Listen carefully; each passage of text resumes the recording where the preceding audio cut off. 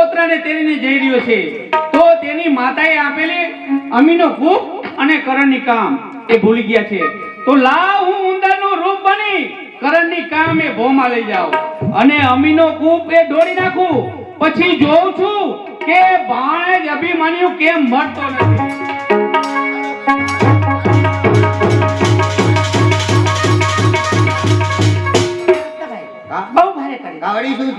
મારી માતાએ આપેલો અમૃતનો કૂપ અને કરણની કામ ઈ તો પાણી આરે ભૂલી ગઈ. અરે બા બહુ કરી એ કાઈ વાતો નહીં ભલે ભૂલી ગયા તેમ નહીં લેવા જવું પડશે. લેવા હા જવું જ પડે ને. અડધે પોઈગા ને અડધે જાય બા કેટલો હમણાં ડી ઉગી જાય છે નો કાઈ થાય તમે હાલ જલ્દી પાછા વળી અને લઈ આવી. તમારે નથી આવ કાં હું એકલો લ્યો. અરે શરમ નથી થતી? હા તમે ઠેઠ વેરજનગર પાછા જાઓ અને હું આ જંગલમાં એકલી રહું.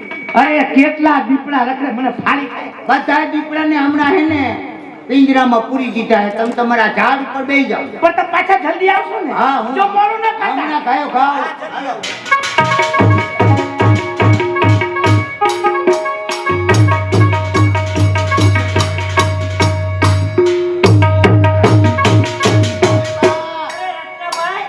મારી દીકરીને ક્યાં મૂકીને આવ્યા? મારા દીકરી સહી સલામત છે પણ હું કામે આવ્યો એ મને દ્યો. શું કામે?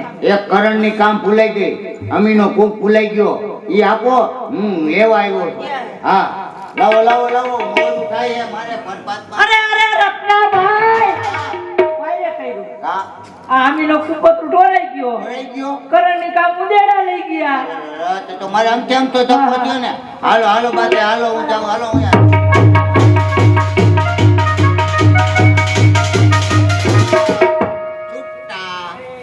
આવી ગયા. આવી ગયા. લાવો કરણની કામ અને અમૃતનો કૂપ. બા એમાં એવું થયું કેમ? કરણની કામ હા ઉંદેડા ભોમાં લઈ ગઈ. હે હા કેવી વાત કરો છો? હા અને અમીનો કૂપ હતો ઈ કે ઢોરાઈ ગયો. રત્નાભાઈ હા હવે મારા નસીબ ફૂટ્યા. હે? ફૂટી ગયા. ના રે ના ઈ તમને વેમ શું થયું થઈ ગયું? કૂતરું વેમ ન રખાય બા. હા સાચું કહું. રત્નાભાઈ હા એ અમીનો કૂપ હા એમાં કેવા ગુણ હતા ખબર છે? એમાંય ગુણ હતા. કોઈ હોય જ ને. કોઈ પણ માણસ પશુ પંખી મૃત્યુ પામે અને એના મુખમાં બે ટીપા નાખવામાં આવે તો પાછા સજીવન થાય. આવા ગુણ હતા એમાં. હવે એવા કૂપા તો કેટલાય રોડ ઉપર રખડે હે. એવા ન હોય હવે. ઊંધા થઈ જાય. બા હાલો હાલો હાલો, બહુ મોડું થઈ હાલો, ગયું.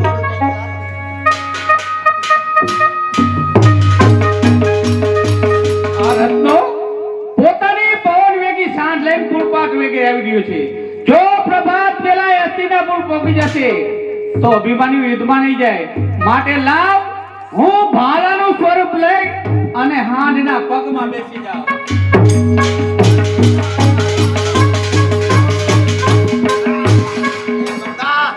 કેમ થયું? ઢોરાઈ ગયા? ઢોરાઈ નથી ગયો. તાઈ? હું ને હાંડ ઢોરાઈ ગયા. એ રત્નાભાઈ હા શું થયું પગમાં? આ ભાલો પગમાં લાગ્યો. હોય જ નહીં. જંગલમાં ભાલાનો હોય કાંટો હોય છે. હાલો છે આમ જોવો તો ખરા. તો લાવો હું ખેંચી લઉં. તમે નહીં લોહી દેખી શકો તો એના કરતા હું મહેનત કરું. કરી લઉં. હે હા આ દીકરી એવું છે નહીં હવે ખેંચીને કાઢી લ્યો. એસીન કાઢું. હા આવડું મોટું હતું જોવો જોઈએ. કેવું સહન કર્યું છે જો હાઈ આવડું મોટું ભાલું. આ જે કાંઈ નથી કર્યું મેં કર્યું બાપ નામ. એ રત્નાભાઈ હા દાદા ધર્મનું નામ લઈ હા. અને ફૂંક મારી દ્યો અને હાઈ હાલતી હાલો હાલો જય બલવતી.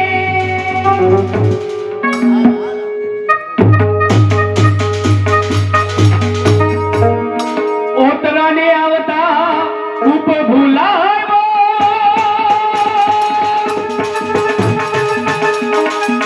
હાંડનો ભાઈનું ચરણ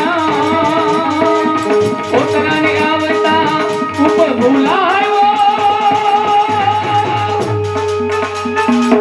હાંડનો ભાઈનું ચરણ ઉંતા ડોસીએ સાટવાયો આવ્યું મારું મરણ આવ્યું મારું મરણ. આ શું અભિમાન્યુ યુદ્ધમાં જઈ રહ્યો છે તો માતા કુંતાએ એને 7 ગાંઠ વાળી અને રાખડી બાંધી છે એક ગાંઠમાં મને પણ બાંધી લીધો છે. તો લાવ હું બ્રાહ્મણનું રૂપ લઈ અને એના કાંડેથી રાખડી છોડાવું અને પછી ભાણેજ અભિમાન્યુને મરાવ. જો અભિમાન્યુને ન મરાવ તો હું દ્વારકાધીશ કૃષ્ણ ના કહું.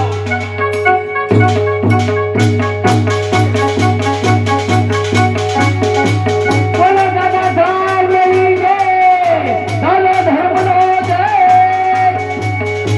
કેમ છે દાદા? કાહે બેટા? અને ભાઈ ઘટુઘાત, અત્યારે આપણે યુદ્ધમાં નીકળી, પણ યુદ્ધમાં નીકળતા પહેલા સુકન સવાયા જોઈએ. સવાયા જોય. બ્રાહ્મણના સુકન અતિ ઉત્તમ, સામેથી કોઈ બ્રહ્મચારી સામેથી ભૂદેવ આવતો દેખાય. જય હો અર્જુન પુત્ર અભિમન્યુનો જય હો. આ તો મારા માતાજીને યાદ કરે છે. ચાલો. ગુરુ મહારાજ, મારા પિતા અર્જુન ઈ પાતાળમાં તાલુકી નામના દૈત્યનો સંહાર કરવા ગયા. એનો જ પુત્ર અભિમન્યુ થયો. કહો કે મારા પિતાને કેમ યાદ કરો છો? અભિમાન્યુ, તું યુદ્ધમાં જઈ રહ્યો છે? યુદ્ધમાં જાઉં છું. યુદ્ધમાં તું જઈ રહ્યો છે, પણ મને એવું લાગે છે કે તને તાવ આવતો હોય. ગુરુ મહારાજ, મને તાવ આવે છે? તમે શાના ઉપરથી કહો છો? એટલા જ માટે કે આ તારા કાંડે દોરો બાંધ્યો છે એટલે મને એવું લાગે કે તને તાવ આવે. એમ છે ને દાદા? હા બેટા. આ દોરાને અદા તાવનો દોરો સમજે છે. બધાને ખબર ન હોય ને. ગુરુ મહારાજ, આ તાવનો દોરો નથી. તો પછી મારો વૃદ્ધ માતા કુંતાબાઈએ મને ઉપર રાખડી બાંધી. જ્યાં સુધી મારા હાથમાં રાખડી છે ત્યાં સુધી મારું મોત નથી અને જગતની અંદર અમને કોઈ જીતનાર નથી. કોણ? કુંતા માતાએ રાખડી બાંધી? અરે ઈ રાની રાન દોશી. મોટું હબાણીને બોલજો. જો પડશે બોલી બધા હમણાં થઈ જઈશો બે બધા. નહીં નહીં, ઈ બ્રાહ્મણ છે, એને મરાય નહીં, આપણને બ્રહ્મત્યાનું પાપ લાગે. શું બોલે છે? ગુરુ મહારાજ, અભિમાન્યુ, તમારો કહેવાનો ભાવ તો મારો કહેવાનો ભાવ નથી કે તું યુદ્ધમાં જઈ રહ્યો છે. આ કુંતા માતાએ તને રાખડી બાંધી છે અને કદાચ તારો યુદ્ધમાં વિજય થાય, હા. જો તારો વિજય થાય તો જસ તો બધું કુંતા માતા લઈ જાય કે મેં રાખડી બાંધી અને અભિમન્યુનો વિજય થયો. દાદાની કહેવાની વાત સત્ય થાય. યુદ્ધમાં કદાચ ને મારો વિજય થાય તો જગત એમ જ બોલવાની કે માતા કુંતાએ રાખડી બાંધી એટલા માટે અભિમન્યુનો વિજય થયો. બાહુમાં ક્યાં તાકાત ઓછી છે. છોડી નાખ, નો જોઈ રાખડી હમણાં જ છોડી નાખું. છોડી નાખ, છોડી નાખ. આભાર રાખડી. બસ. અરે આ અભિમન્યુને ક્યાં ખબર છે માતા કુંતાએ બાંધેલી રાખડી આમાં કેટલા ગુણ છે એ અભિમન્યુને નથી ખબર. લાવ તેના ધનુષે બાંધવ એટલે યુદ્ધમાં એનો વિજય થાય. કાહે બેટા? આપણા વસ્તુને તૈયાર કરો. ચાલો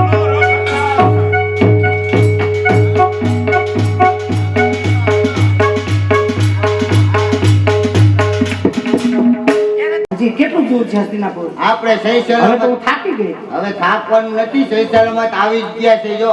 એમ? હા તો રત્નાભાઈ, હા. હું તમને એક પ્રશ્ન પૂછું, પૂછો પૂછો. એનો જવાબ આપશો? હા હા. એમ હું રે પૂછું રે એકા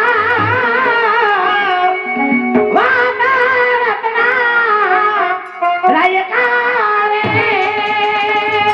ઓ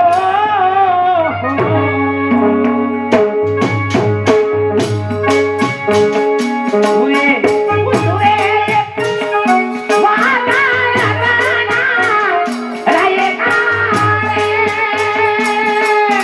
ઓ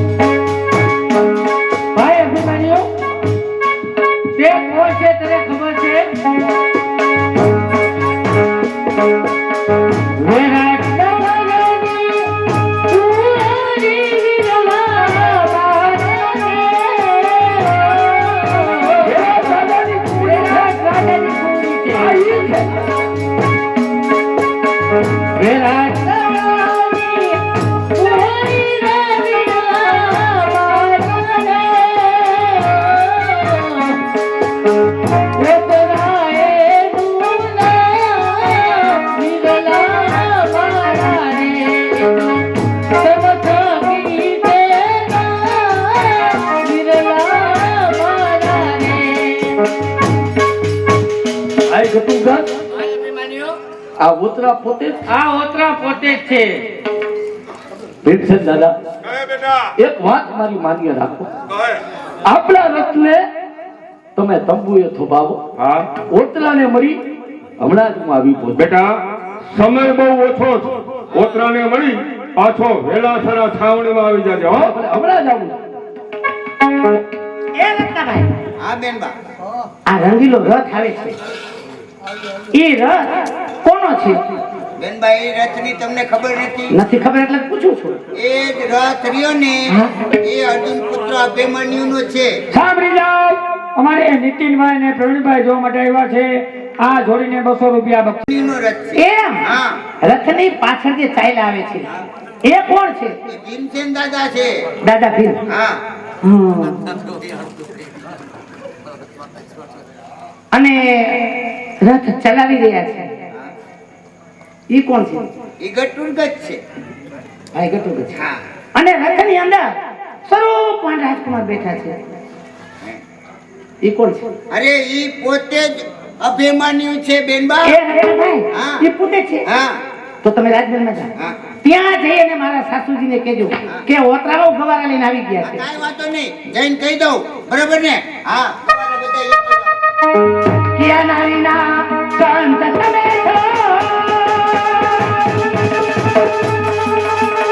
કોના જેની એ પાછળ. કિયા નારીના સંત તમે છો, એ કોના પૂજની પાછળ. કિયા રાજાના તમે જમાઈ સત્ય મને કહાવો, સત્ય મને કહાવો. હવે વેત્રનંદા હવે પૂજની કા પાત્ર ને એ ખુદ ઘણા મારા સાસુ, ઈ તો મારી માતા છે. એ વેત્રનંદા હવે પૂજની કા પાત્ર ને એ ખુદ ઘણા મારા સાસુ. બોલા ચાલો હું તમારી અર્જુન પુત્ર કહાવું.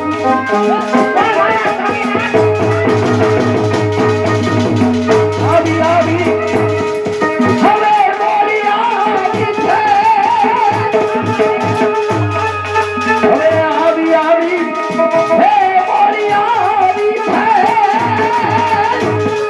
હવે મને ગમતી તું મારી પ્રભાત પેલા દો આવો હેતુઓ નિકલત નહીં ઘર બારે, બેટી નિકલત નહીં ઘર બારે. ઓતરા આવામાં ઘણો વિલંબ થયો. શા માટે? પ્રભાત પેલા આવી હોત તો મેલની બાઈને પ્રભુનું કર. અને પ્રથમથી મને ખબર હોત કે કુદરતે તારા આવા રૂપ બનાવ્યા.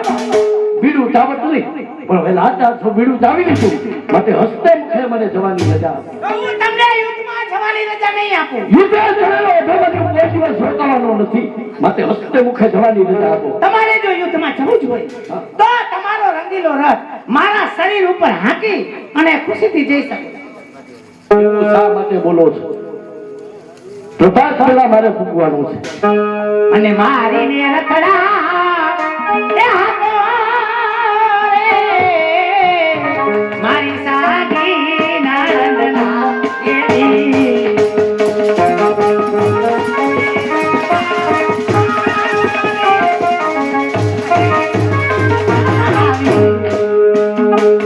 મારા રથને જવાનો આવા ગિરાએ, મારા વિરાટની યુદ્ધમાં નહીં જાઓ. રથને જવાનો આવા ગિરાએ,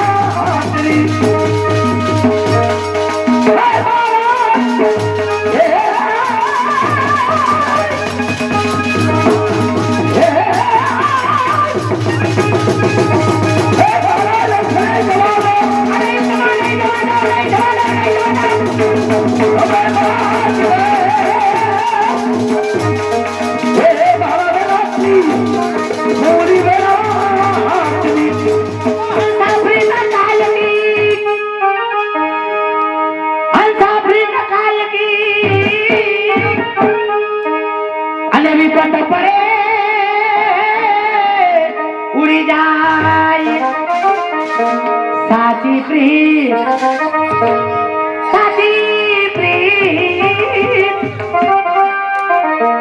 સાચી પ્રીત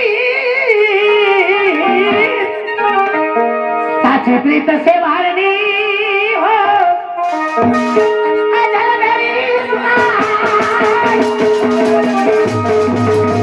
અજલ મેરી ये सुनाई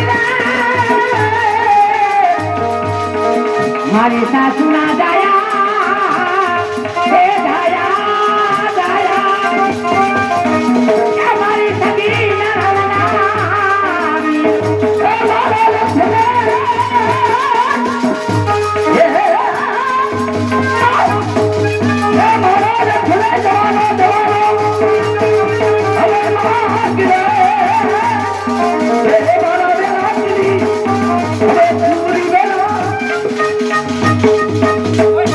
તમારે યુદ્ધમાં જવું છે ને?